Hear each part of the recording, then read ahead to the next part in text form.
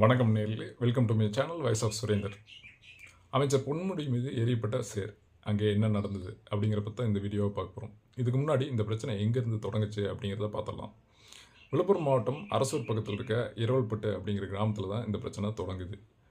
எதனால் இது பிரச்சனையாக மாறுது அப்படின்னு பார்த்தோம்னா, சாத்தனூர் அணையிலிருந்து திறக்கப்பட்ட நீரால் தென்பெண்ணை ஆற்றில் வெள்ளப்பெருக்கு ஏற்பட்ட விழுப்புரம் சுற்றியுள்ள பல கிராமங்கள் நீரில் மூழ்குது. அப்படி ஒரு கிராமம் தான் இந்த இரவல்பட்டு கிராமம். இந்த கிராமத்தை சேர்ந்தவங்க என்ன சொல்கிறாங்க அப்படின்னு பார்த்தோம்னா, அங்கே எந்த ஒரு அரசு அதிகாரியும் வரல. அதே சமயத்தில் ஒரு நிவாரணமோ இல்லை முன்னெச்சரிக்கை ஏற்பாடோ எதுவுமே செய்யாமல் இது இருந்துட்டாங்க. அதனால் எங்களுக்கு சரியான முறையில் தண்ணி மற்றும் உணவு எதுவுமே கிடைக்கல அப்படின்னு சொல்கிறாங்க. இது எப்போன்னு கேட்டோம்னா நைட்டு ஃபுல்லாக அவங்க அந்த மக்கள் எங்கே இருந்துக்கிறாங்க அப்படின்னு தஞ்சம் அடைஞ்சிக்கிறாங்கன்னு பார்த்தோம்னா, ரோட்லேயே தஞ்சம் அடைஞ்சிக்கிறாங்க. அவங்க கிராமம் ஃபுல்லாக அடிச்சுட்டு போயிடுச்சு. அவங்க ஃபுல்லாக ரோட்டில் தஞ்சம் அடைஞ்சிக்கிறாங்க. இந்த சூழ்நிலையில் காலையில் வரைக்குமே யாருமே வரல. எப்படி காலையிலேயாச்சும் யாராவது பார்ப்பாங்கன்னு எதிர்பார்த்திருந்த நிலையில் காலையில் வரைக்கும் எந்த ஒரு அரசு அதிகாரியும் வரல அப்படின்னு சொல்லப்படுது.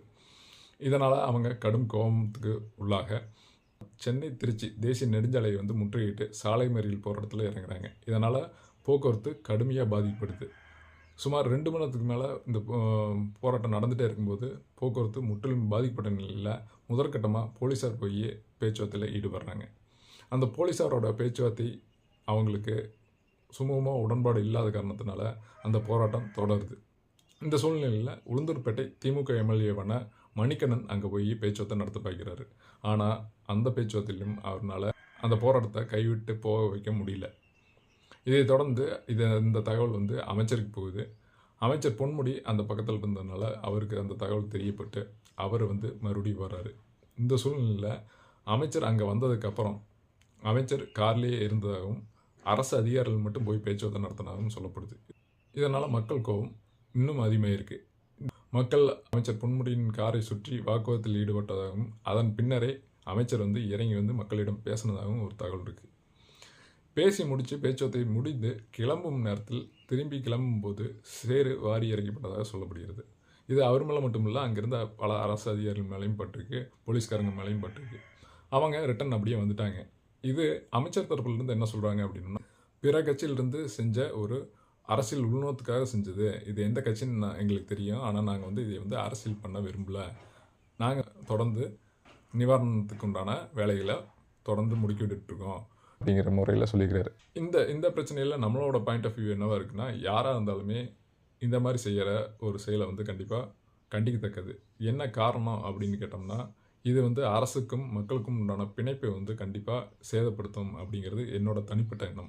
என்னதான் பிரச்சனை அப்படி இருந்தாலும், என்னதான் அரசு அதிகாரிகள் வரல, இல்லை எம்எல்ஏ வரல, எம்பி வரல அப்படின்னு நீங்கள் நினச்சாலுமே அதை அந்த கோபத்தை இங்கே இப்படி காட்ட வேண்டிய ஒரு இது இல்லைன்னு நான் நினைக்கிறேன்.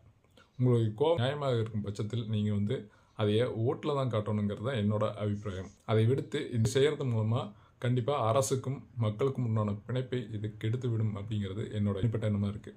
சரி, இது இப்படி இருக்க, இதுக்கு முன்னாடியே அங்கே வந்த திமுக எம்எல்ஏவை யாரும் எதுவும் செய்யலை அப்படிங்கும்போது அமைச்சர் பொன்முடி மட்டும் ஏன் இப்படி செஞ்சாங்க அப்படிங்கிற ஒரு கேள்வியும் எழுது. எதனால் இவர் மீது மட்டும் இவ்வளோ வன்மம், இவ்வளோ கோபம்? ஏன்னா அமைச்சர் பொன்முடி அவர்கள் எப்பவுமே வார்த்தைகள் தரக்குறைவான வார்த்தைகள் நிறைய இடத்துல உபயோகிக்கிறார். இது நம்ம முன்னாடி நிறைய இடத்துல பார்த்துக்கிறோம். ஏன் இதை சொல்கிறேன் அப்படின்னு கேட்டோம்னா, இந்த ஓசி டிக்கெட்டில் தானே பயணம் செய்கிறீங்க அப்படின்னு சொன்னதாகட்டும், இப்போ சமீபமாக ஒரு 2 நாளைக்கு முன்னாடி ஒருத்தரை மிரட்டினதாகட்டும், வீடு வேணும்னு கேட்டவரை மிரட்டினதாகட்டும், இந்த மாதிரி அவர் எங்கே போனாலுமே இணக்கமான சூழ்நிலை விடுத்து அதிகார அந்த திமிரோடு பேசுவதாகவே எனக்கு தெரியுது. அதனாலேயே இவரை நிறைய பேத்துக்கு பிடிக்காமல் இருந்திருக்கு. இது கூட ஒரு காரணமாக இருக்கக்கூடும்.